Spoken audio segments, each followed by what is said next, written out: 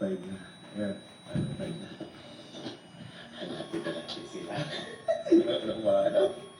So ngayon, tatapat ko yung camera doon, hindi na wala na makikuha ako. Hanapin natin sila. Uy! Ano to? Ayun.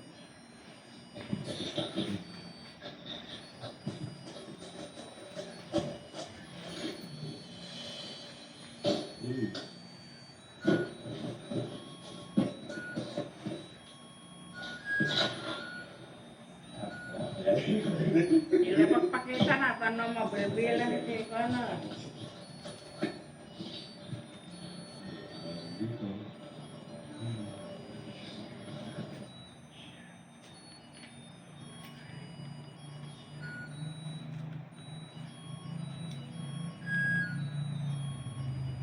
Eh, mali ako.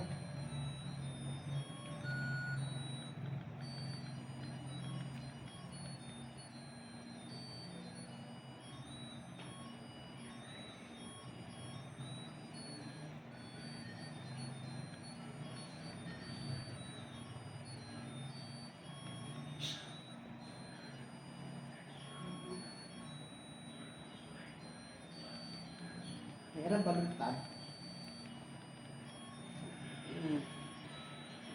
Po.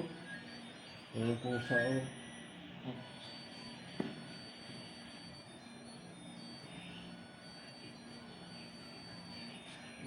No.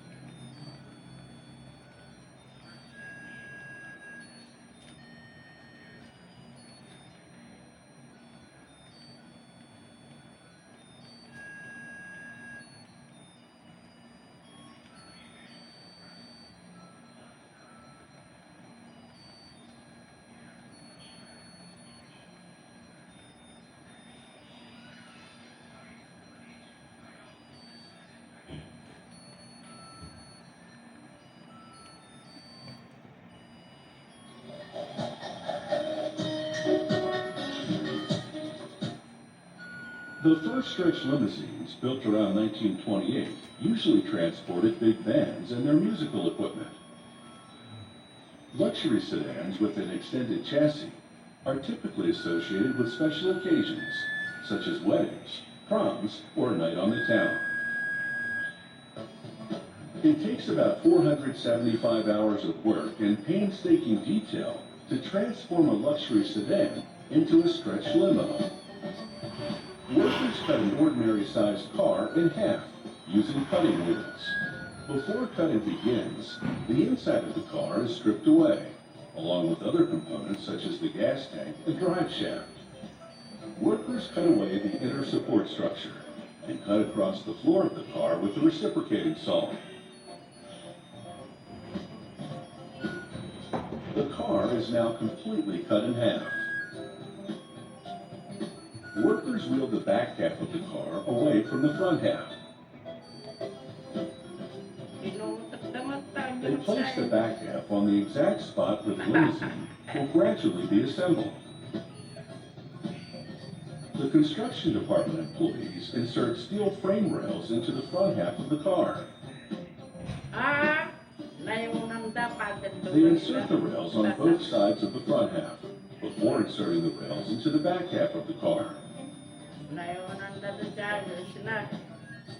They measure the length of the frame rails to make sure that the frame is square and that the two halves are the correct distance apart to build the limousine. A worker welds the rails to the frames of the front and back halves of the original car. They position the drive shaft tunnel, which houses the steel drive shaft and exhaust pipes, and weld it to the original vehicle tunnel. They position the floor, which is made of galvanized steel, and welded to the frame rails and tunnel. They weld the steel roof rails into place. They connect the new rails to the roof rails in the original vehicle.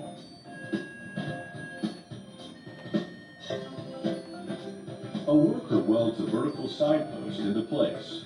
With a level, he checks that the post of hardened steel is perfectly vertical before welding the base of the post to the floor frame. A roof panel made of galvanized steel is put in place. Workers install the limousine's bar. They've already installed the steel seat frames. Next, they install an outer body panel, complete with a hardened steel crash bar. They screw the panel into place. The screws will be removed once the panel has bonded solidly to the limousine frame. A worker sprays on 3 coats of paint, then applies 2 coats of protective clear coating.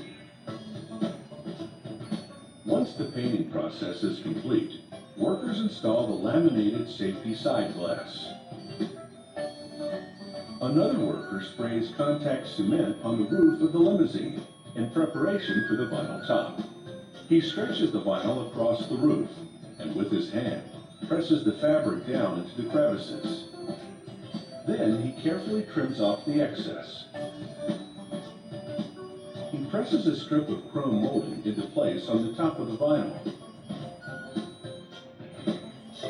Workers in the interior department install the back of a leather seat and a leather bench seat. After reupholstering the original rear seat to match, they return it to its original spot in the back of the limousine. A systems installer connects the electrical systems for the control center, located behind the driver's seat. A panel lists relays and fuses. The original center console is then reinstalled. A worker installs a video monitor in the limousine. Next, he rolls out the floor mats. The acrylic disco bar lighting system is tested. In just 21 days, the original car is transformed into a luxurious limousine. With test drives and quality control checks complete, enjoy a ride in the lap of luxury.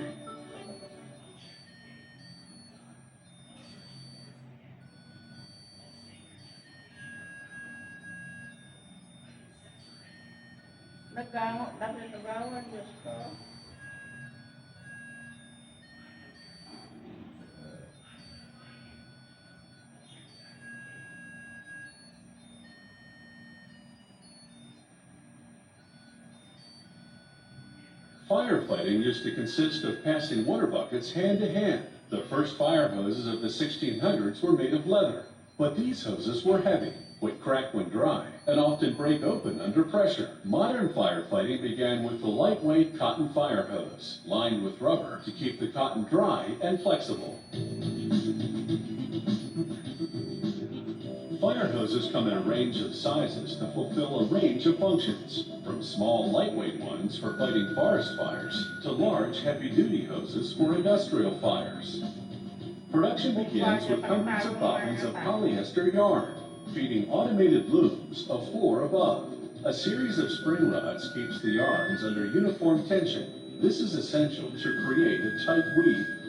The factory programs each loom to weave specific patterns, which incorporate identifier stripes. This is a visual guide to help workers assemble the fire hose later on. This woven fabric will form the fire hose's exterior, called the jacket.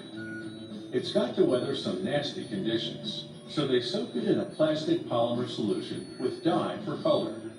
The liquid encapsulates the fibers, making them durable and water resistant. At another station, they mix granules of polyurethane, a form of plastic, with white coloring and adhesive pellets. This mixture is for making the waterproof tubing that forms the inside of the fire hose. When they activate the adhesive in the mixture with heat, This tubing will bond to the hose jacket fabric. The mixer feeds the ingredients to an extruder, which melts the mixture and forms it into a hollow tube. The tube then passes through a basin of cool water to set the plastic. Next,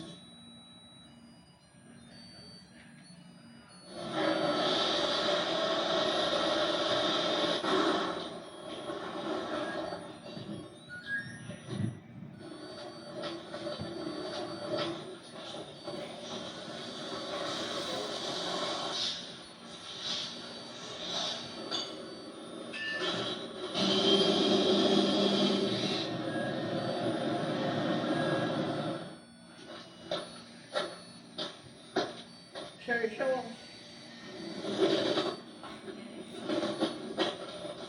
May sinakaw. Ano? Ano itong reta?